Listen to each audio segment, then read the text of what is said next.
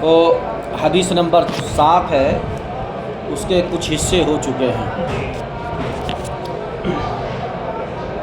بات اصل میں چل رہی تھی کہ حضرت ابو سفیان جو اس وقت کفر کی حالت میں تھے اور آپ ملک شام گئے ہوئے تھے، تجارت کے قافلے کے آپ سردار تھے، اور وہاں ہرقل جو بادشاہ تھا وہاں کا، وہاں تک جب حضور علیہ السلام کا خط پہنچا، انہوں نے اپنے ترجمان سے کہا کہ کوئی ایسا بندہ اس ملک میں ہے جو اس بندے کے شہر کا ہو، جو ان کے حالات جانتا ہو۔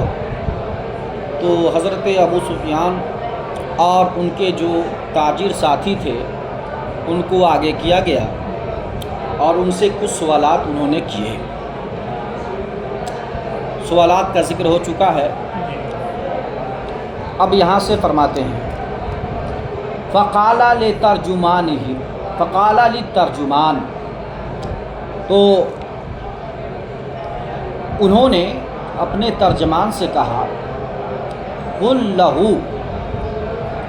کہ ابو سفیان سے پوچھو یا کہو کہ سألتک عن نسبہ فذکرت انہ فیکم ذو نسب، تو میں نے تم سے ان کے نسب کے تعلق سے سوال کیا، فذکرت، تو تو نے جواب دیا کہ انہ فیکم ذو نسب، کہ وہ تمہارے درمیان اعلیٰ نسب والے ہیں۔ ذو نسب ہیں، اعلیٰ نسب والے ہیں۔ کیوں پوچھا تم سے؟ تو اس کا جواب وہ خود دے رہے ہیں، فَكَذَلِكَ الرُّسُلُ تُبْعَثُ فِي نَسَبِ قَوْمِهَا، کہا ایسے ہی سارے رسول ہیں جو اپنی قوم کے اعلیٰ نسب میں مبعوث ہوتے ہیں، یعنی اعلیٰ نسب والے ہی رسول ہوتے ہیں اور نبی ہوتے ہیں۔ کیوں؟ اس لیے کہ نسب میں اعلیٰ نہ ہو تو پھر ان کی بات لوگ ماننے کو تیار نہیں ہوتے ہیں۔ جو اعلیٰ نسب کے ہوتے ہیں، جو قبیلے کے سردار لوگ ہوتے ہیں، قبیلوں میں جو قبیلہ سردار ہوتا ہے، اسی میں اللہ اپنی حکمت بالغہ کے تحت نبی کو مبعوث فرماتا ہے تاکہ اعلیٰ لوگ بھی قبول کرے اور ان سے نیچے والے ادنا لوگ بھی باتوں کو قبول کریں۔ پھر انہوں نے ایک سوال کیا تھا، وَسَأَلْتُكَ هَلْ قَالَ أَحَدٌ مِّنْكُمْ هَذَا الْقَوْلَ، اور میں نے تم سے پوچھا کہ کیا تم میں کا کوئی شخص ایسا قول کیا ہے، یعنی نبوت کا دعویٰ کیا ہے، ان سے پہلے کسی نے تمہارے قبیلے میں یا تمہاری قوم میں کوئی ایسا دعویٰ کیا تھا، یعنی نبوت کا دعویٰ کیا تھا؟ فَذَكَرْتَ أَن لَا، تو تو نے جواب دیتے ہوئے کہا کہ نہیں، ابھی تک ہماری قوم میں اور ہمارے قبیلے میں کوئی ایسا فرد نہیں ہوا جو دعوی نبوت کیا ہو، ایسا ابھی تک تو نہیں ہے۔ فَقُلْتُ، تو اگر تو ایسا جواب دیتا کہ ہاں ہوا ہے، کسی نے کیا ہے دعوی نبوت ان سے پہلے بھی ہمارے قوم میں، تو میں جواب دیتا لَوْ كَانَ أَحَدٌ قَالَ هَذَا الْقَوْلَ قَبْلَهُ، تو اگر کوئی شخص ان سے پہلے یہ قول کر چکا ہوتا، یعنی یہ دعویٰ کر چکا ہوتا، لَقُلْتُ، تو میں اپنے دل میں کہتا، لَقُلْتُ نفسی، ٹھیک ہے، میں اپنے دل میں یا میں سوچتا، رَجُلٌ يَعْتَصِي بِقَوْلٍ قِيلَ قَبْلَهُ، یہ شخص وہی دعویٰ کر رہا ہے جو ان سے پہلے اس شخص نے دعویٰ کیا ہے، یعنی وہ وہی قول کر رہا ہے جو اس سے پہلے ان کے آباء و اجداد میں قول ہو چکا ہے۔ وَسَأَلْتُكَ هَلْ كَانَ مِنْ آبَائِهِ مِنْ مَلَكٍ، اور میں نے تجھ سے یہ پوچھا تھا کہ تم میں کا کوئی شخص، یعنی تمہارے آباء و اجداد میں سے کوئی بادشاہ گزرا ہے، ٹھیک ہے، کہا میں نے تجھ سے پوچھا کہ کیا ان کے آباء و اجداد میں سے کوئی بادشاہ گزرا ہے، بادشاہ تھا مطلب گزرا ہے؟ فذکرت اللہ، تو تو نے جواب دیا کہ نہیں، ہم میں کا کوئی بادشاہ نہیں گزرا ہے۔ قلت، تو میں نے کہا فلو کان من آبائہ ملک قلت رجل یطلب ملک ابیہ، کہ اگر ان کے آباء و اجداد میں سے کوئی بادشاہ ہوتا تو میں کہتا کہ وہ شخص وہ ہے جو اپنے باپ کی بادشاہت کا طالب ہے، یعنی یہ دعوی نبوت کر کے گویا اپنے باپ کے کھوئی ہوئی بادشاہت کو دوبارہ حاصل کرنا چاہتا ہے۔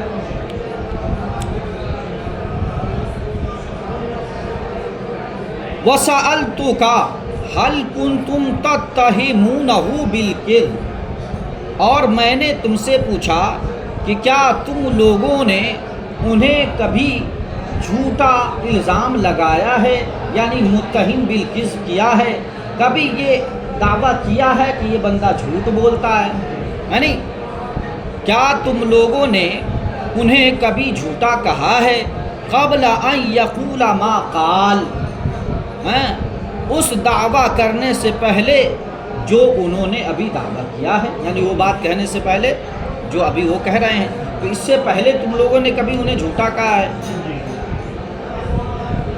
فذکرت اللہ، تو آپ لوگوں نے کیا جواب دیا کہ نہیں، تم نے کیا جواب دیا کہ نہیں، ہم نے کبھی بھی متہم بالکذب نہیں کیا، کبھی بھی ان کو جھوٹا نہیں کہا، یا انہوں نے کبھی جھوٹ نہیں بولا۔ فقد اعرف انه لم يكن ليظهر الكذب على الناس ويكذب على الله، تو میں جان لیا کہ وہ شخص جو لوگوں پر جھوٹ کو نہیں چھوڑتا، نہیں سمجھے، لیظہر کا ترجمہ ہے کہ وہ شخص جو لوگوں پر جھوٹ کو نہیں چھوڑتا، یکذب علی اللہ، وہ جھوٹ اللہ پر کیسے چھوڑ سکتا ہے؟ یعنی جو عوام معاملات میں لوگوں کے سامنے، لوگوں کے معاملات میں جھوٹ نہیں بول سکتا، تو وہ اللہ کا معاملہ جو نبوت ہے، جو رسالت ہے، جو من جانب اللہ ہوا کرتی ہے، وہ اللہ کے معاملے میں کیسے وہ جھوٹ باندھ سکتا ہے؟ وَسَأَلْتُكَ اشراف الناس اتبعوه ام ضعفاؤهم، اور میں نے تم سے پوچھا کہ ان کی اتباع اشراف لوگ کر رہے ہیں، یعنی بڑے بڑے لوگ، ام ضعفاؤهم، یا ان میں کمزور لوگ کر رہے ہیں، یعنی فذکرت ان ضعفاءهم اتبعوه، تو تو نے جواب دیا کہ ابھی بڑے بڑے لوگ ان کی اتباع نہیں کر رہے ہیں، یعنی ان کی پیروی میں نہیں آ رہے ہیں، ہاں ابھی کمزور لوگ ان کی اتباع کر رہے ہیں۔ کیا کر رہے ہیں؟ کمزور لوگ ان کی اتباع کر رہے ہیں، ابھی کمزور لوگ ہیں جو ان کی اتباع کر رہے ہیں۔ وَهُمْ اتباع الرسل، اور رسولوں کی اتباع کرنے والے لوگ شروع میں ایسے ہی ہوتے ہیں، یعنی شروع میں جو دبے کچلے کمزور اور غریب غربا مفلس لوگ ہوتے ہیں، وہی پہلے نئے دین کی اشاعت میں حصہ لیتے ہیں، اور پھر اس کے بعد جب لوگوں کو بات سمجھ میں آ جاتی ہے کہ جب ادنا لوگ ان سے جڑ گئے تو اعلیٰ ہو گئے، اور اعلیٰ لوگ جب کمزور پڑنے لگ جاتے ہیں اس ادنا لوگ کے مقابلے میں، تو اب بڑے لوگ بھی کیا ہے، دین میں شامل ہونا شروع کر دیتے ہیں۔ تو کہا یہ سارے رسولوں کے ساتھ ایسے ہی ہوا ہے۔ وَهُمْ اتباع الرسل، کہ وہی لوگ رسولوں کی، رسول جمع ہے نا، وہی لوگ رسولوں کی پہلے اتباع کرتے ہیں۔ وَسَأَلْتُكَ أَيَزِيدُونَ أَمْ يَنْقُصُونَ، اور میں نے تم سے سوال کیا تھا کہ کیا وہ کمزور لوگ، یا مراد ہے کہ دین اسلام کے ماننے والے زیادہ ہو رہے ہیں یا کم ہو رہے ہیں، یعنی وہ دن بدن ترقی پر ہے یا پھر تنزلی پہ ہے، بڑھ رہے ہیں کہ گھٹ رہے ہیں؟ فذکرت انہم یزیدون، تو آپ نے جواب یہ دیا کہ وہ لوگ ابھی بڑھ رہے ہیں، دن بدن کیا ہے، مدار ترقی پر ہیں۔ وَكَذَلِكَ أَمْرُ الْإِيمَانِ حَتَّى يَتِمَّ، تو کہا معاملہ ایمان کا ایسے ہی ہے یہاں تک کہ اللہ ایک دن اسے مکمل کر دے گا۔ اور وہی بات آئی، حضور علیہ السلام نے حجۃ الوداع کے موقع سے ارشاد فرمایا، اللہ کا ارشاد لوگوں کو سنایا، الیوم اکملت لکم دینکم، کہ آج تمہارا دین اسلام کیا ہو گیا؟ مکمل ہو گیا۔ وَسَأَلْتُكَ، اور میں نے تم سے پوچھا، آیرتد احد سخطۃ لدینہ بعد ان يدخل فیہ، اور میں نے تم سے پوچھا کہ کیا کوئی ان کے دین کی سختی کی وجہ سے اس دین میں داخل ہونے کے بعد مرتد ہوا ہے؟ نہیں ہوتا ہے نا، کبھی شروع میں دیکھا کہ جی بڑی آسانی ہے تو شامل ہو گئے، اور جب دیکھا اندر گھس کر کے تو بڑی سختی ہے۔ جیسے کہ اس مدرسے کے تعلق سے جو مشہور ہے کہ یہاں جو ہے زیادہ سختی نہیں ہے، تو ہم سے پہلے کے جو لوگ تھے انہوں نے اپنی استطاعت کے مطابق کام کیا، حکمت کے مطابق کام کیا، اور جب اب لوگ اندر آتے ہیں تو کہتے جی مفتی صاحب تو بڑی سختی کرتے ہیں بھائی، ہے نہیں؟ تو چونکہ اندرونی حالات کو برقرار رکھنے کے لیے کچھ قواعد و ضوابط پر عمل کروانا ضروری ہوتا ہے، ورنہ تو پھر وہی معاملہ ہو جائے گا کہ گھر جس طرح رہ رہے ہیں ویسے مدرسے میں رہ رہے ہیں، تو جیسے جس حالت میں گھر سے آئے تھے اسی حالت میں 5 سال کے بعد گھر واپس ہوں گے، ہے نہیں؟ تو کچھ بننے اور بنانے کے لیے سونار کی کم سے کم چوٹ برداشت کرنا ضروری ہے نہیں؟ اسی کا کہ کیا ان کے دین کی سختی کے بنیاد پر کوئی اس کے دین میں داخل ہونے کے بعد مرتد ہوا ہے، یعنی واپس پلٹ آیا ہے کہ نہیں وہ دین میں سختی ہے؟ فذکرت اللہ، تو تم نے جواب کیا دیا کہ نہیں ابھی تک تو کوئی واپس نہیں آیا ہے اس دین کو چھوڑ کر۔ وَكَذَلِكَ الْإِيمَانُ حِينَ تُخَالِطُ بَشَاشَتُهُ الْقُلُوبَ، تو خالد کا فاعل ہے بشاشت، ٹھیک ہے، اس لیے اس پر پیش پڑ رہا ہے۔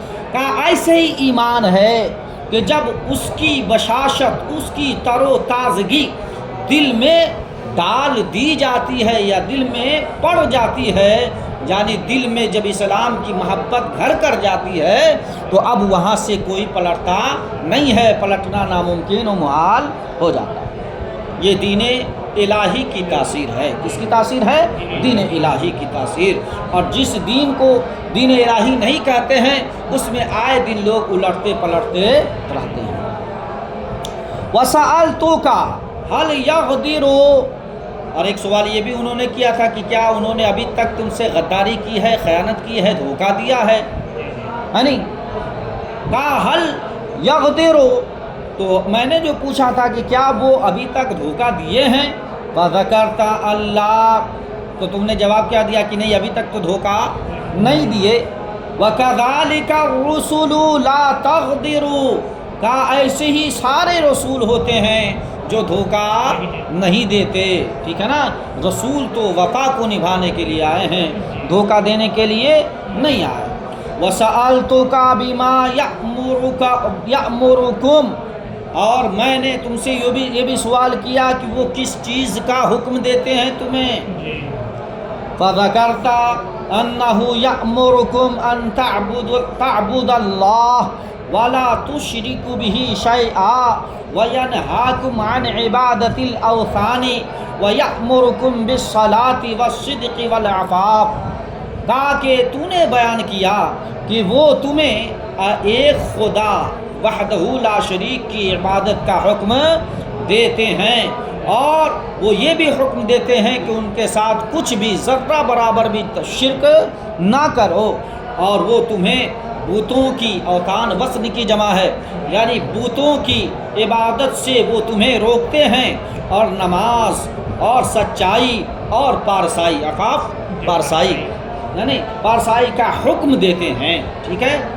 فَإِنْ كَانَ مَا تَقُولُ حَقًّا، اب یہ اپنی بات آپ کہہ رہے ہیں کہ میں نے جو سوال کیا تھا تم سے اس کے پیچھے جو سبب تھی، وجہ تھی اور سبب تھا وہ یہ تھا، یہ ساری چیزیں مجھے جاننی تھی کہ رسول ایسے ہوتے ہیں ایسے نہیں ہوتے، نبی ایسے ہوتے ہیں ایسے نہیں ہوتے، نبی میں یہ صفت ہوتی ہے صفات نہیں ہوتی ہے، اور وہ سارے صفات کا سوال میں نے کیا اور سب کا تم نے جواب نام میں دیا کہ ہاں یہ سارے صفات جو ان کے لیے ضروری ہے وہ پائے جا رہے ہیں، اور جو ان کی شان کے لائق نہیں ہے وہ نہیں پائے جا رہے۔ کہا میں کیوں کہا فَإِنْ كَانَ مَا تَقُولُ حَقًّا، اگر وہ ایسے ہی ہیں جیسا کہ تم سچ کہتے ہو، ٹھیک ہے، کہا فَسَيَمْلِكُ مَوْضِعَ قَدَمَيَّ ہَاتَيْنِ، تو ان قریب سین داخل ہے، سین صفا کے دخول کا محل آپ جانتے ہیں، اس کا معنی بھی آ جاتا ہے، کیسے وہ معلوم ہے، ٹھیک ہے، کہا کہ ان قریب وہ میرے ان دونوں قدموں کی جگہوں کا مالک ہو جائے گا۔ یعنی مطلب کیا ہے کہ یعنی یہاں پر بھی اس کے حکومت کا دبدبا چلے گا، اسلام کا سکہ چلے گا، یہاں تک وہ پہنچیں گے، ٹھیک ہے۔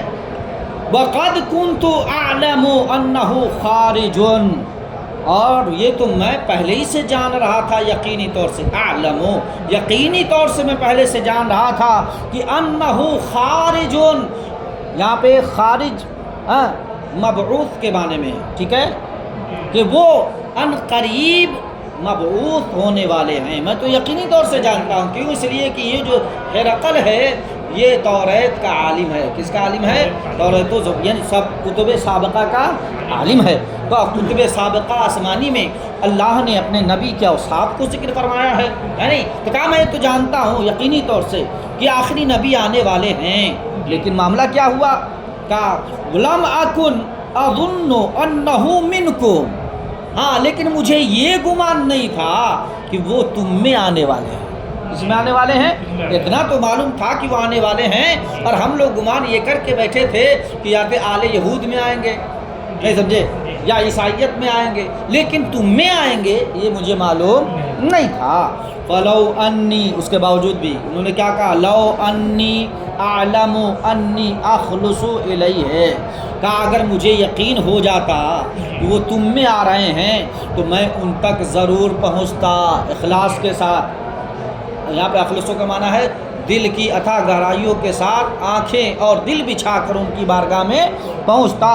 لَتَجَشَّمْتُ لِقَاءَهُ، اور ان کی لقاء میں ان کی لقاء کے لیے مشقتیں برداشت کرتا، نہیں سمجھے، یہ کہہ رہے ہیں کہ مجھے معلوم ہو جاتا کہ وہ آ چکے ہیں تو میں ضرور ان کی بارگاہ میں حاضری دیتا، اور اس حاضری دینے میں جو راستے میں تکلیفیں ہیں وہ ضرور برداشت کرتا۔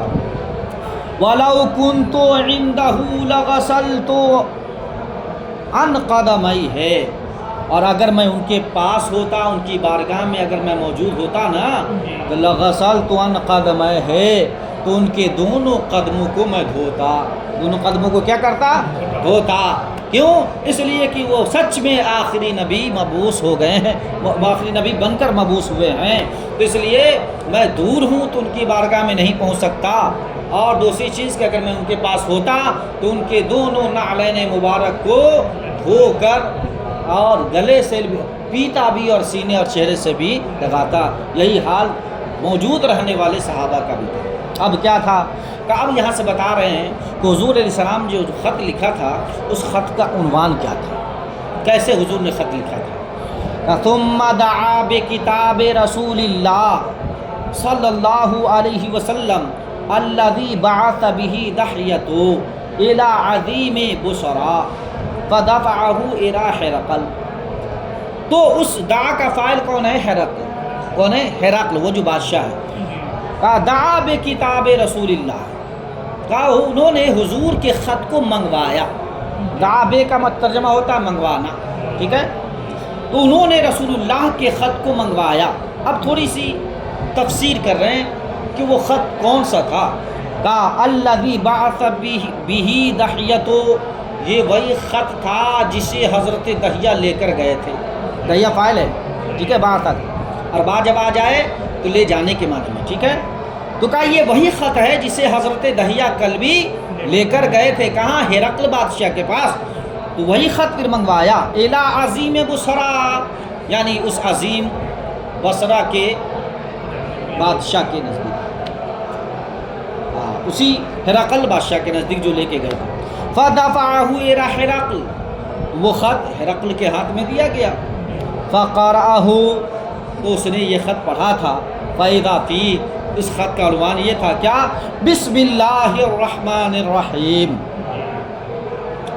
جن لوگوں نے بسملہ کے بعد کتاب میں تحمید نہیں بیان کی ہے انہوں نے حضور کے اس خط کی پیروی کی کہ بسملہ ہے لیکن حمد باری بات سمجھے نا کیا لکھا؟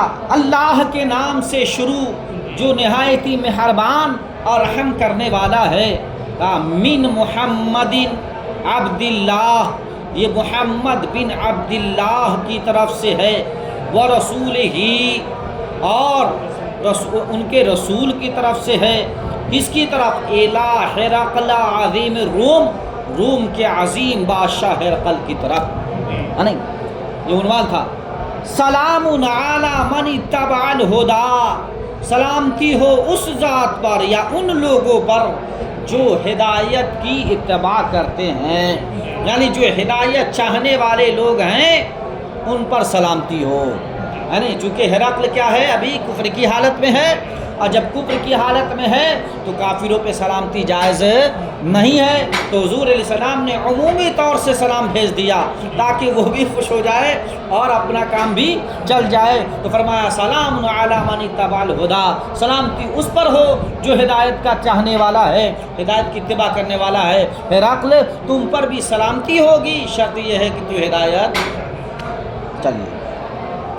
اما بعد، اب یہاں سے عنوان مرکزی حیثیت جو خط کا ہے اسے بیان کریں۔ اما بعد فإنی ادعوک بدعایت الاسلام، میں تجھے اسلام کی طرف دعوت دے رہا ہوں، میں تجھے اسلام کی طرف بلا رہا ہوں، دعوت دے رہا ہوں۔ اسلم تسلم، اسلام لے آؤ تم محفوظ ہو جاؤ گے، سلامتی پا جاؤ گے، ٹھیک ہے؟ یؤتیک اللہ اجرک مرتین، اللہ تجھے دو بار کا اجر دے گا۔ کیا دو بار؟ یعنی چونکہ ہرقل اس سے پہلے آسمانی کتاب پر ایمان رکھتا تھا، وہ داریہ نہیں تھا، وہ ملحدین میں سے نہیں تھا، نہیں سمجھے؟ وہ ایمان رکھتا تھا، خواہ وہ حضرت موسیٰ کی توریت پر یا حضرت عیسیٰ کی انجیل پر یا حضرت داؤد کی زبور پر، لیکن آسمانی کتابوں پر کیا رکھتا تھا؟ وہ ایمان رکھتا تھا۔ اہل کتاب مومنین ہے نا، جب تک کہ ہمارے نبی اعلان نبوت نہیں کیے تب تک کہ جو لوگ کسی نہ کسی دین پر رہے وہ سب کیا ہے؟ مومن ہے نہیں؟ تو گویا کہا کہ ایک مرتبہ اجر تو تجھے اس کا بھی لے گا کہ تو کسی نہ کسی دین سماوی پر ہے نہیں؟ اور دوسری بار تمہیں اجر کیسے ملے گا؟ کہ تم ہمارے دین میں آ جاؤ، یعنی اس دین میں آ جاؤ جو دین سارے دینوں کے لیے ناسخ ہے، اور ہم آخری نبی بنا کر بھیجے گئے ہیں، تو ہمارا دین بھی آخری ہے اور ہماری کتاب بھی آخری ہے، اور اس امت میں شامل ہو جاؤ جو امت بھی کیا ہے؟ آخری ہے۔ تو دو مرتبہ اجر ملے گا۔ فَإِن تب، اس کو گانٹھ باندھ کے رکھیے گا، پوچھنے والا پوچھ دے گا آپ سے کہ دو مرتبہ اجر کیسے ملے گا اس کو، ٹھیک ہے؟ فَإِن تَوَلَّيْتَ فَإِنَّ عَلَيْكَ إِثْمُ الْإِرِجِّينَ، کا اگر تم پھر جاؤ یعنی اسلام نہ لاؤ تو تم پر تمہارے متبعین کا بھی گناہ ہے۔ اریسیین جمع ہے، ٹھیک ہے؟ اور اگر اس پر حاشیہ لگا ہے، میرے میں تو لگا ہے، 10 نمبر حاشیہ میرے میں ہے، آپ دیکھ لیجئے اریسیین پر کون سا حاشیہ ہے۔ اس حاشیے میں دیکھیے کہ انہوں نے لکھ دیا ہے تھوڑی سی تشریح کرتے ہوئے کہ ہم الاکابرون الفلاحون والمراد اتباعہ ورعاہ الذین یتبعون وینقادون لہ، کہنے کا مطلب یہ ہے کہ اس سے مراد وہ لوگ ہیں جو ان کی رعایا ہیں اور جو ان کی اتباع کر رہے ہیں بادشاہ کی۔ تو اگر بادشاہ ایمان لائے گا تو سارے لوگ ایمان لے آئیں گے، تو ایک تو مطلب یہ ہے، دوسرا مطلب آسمانی کتاب والا، اور ایک مطلب یہ ہے کہ اگر آپ ایمان نہیں لاؤ گے تو آپ کے متبعین میں ایمان نہیں لائیں گے تو ان کا بھی گناہ آپ کے سر چڑھے گا، ان کا بھی گناہ کیا ہوگا؟ ان کے سر کی، اس لیے کہ ہر رعایا اپنے بادشاہ کے دین و مذہب پر ہوا کرتی ہے۔ بات سمجھے نا؟ اسی کو کہا کہ اگر آپ پھر جاؤ گے، اسلام نہیں لاؤ گے، ایمان نہیں لاؤ گے، تو تم پر سارے متبعین یا تیری ساری رعایا کا گناہ چڑھ جائے گا۔ اب اللہ کے رسول نے یہ آیت کریمہ لکھی، یا اہل الکتاب، ہے کتابی ہو چکے اہل کتاب آپ نے لکھا، اس کا مطلب یہ ہے کہ وہ اہل کتاب میں سے تھے، ہے نہیں؟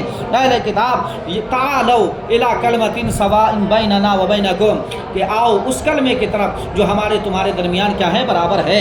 اللہ نعبد الا اللہ، برابر کیا ہے کہ ہم اللہ کے علاوہ کسی کی پوجا نہیں کرتے ہیں، ولا نشرک بہ شیئا، اور ذرہ برابر بھی ہم کسی کے ان کے ساتھ کسی کو شریک نہیں ٹھہراتے ہیں، ولا یتخذ بعضنا بعضا اربابا من دون اللہ، اور اللہ کے علاوہ ہم کسی اور کو، اپنے بعض میں سے بعض کو ہم ارباب نہیں مانتے، یعنی رب نہیں مانتے ہیں۔ فإن تولوا، اگر تم پھر جاؤ گے تو سن لو، فقولوا نشہدوا بأننا مسلمین، اگر تم پھر جا رہے ہو لیکن تم میرے لیے گواہی دے دو، تم سب گواہ ہو جاؤ کہ ہم کیا ہیں، مسلمان میں سے ہیں، یعنی ہم ان لوگوں میں سے ہیں جو اللہ کے آگے کیا کیے، سر کو خم کر دیا۔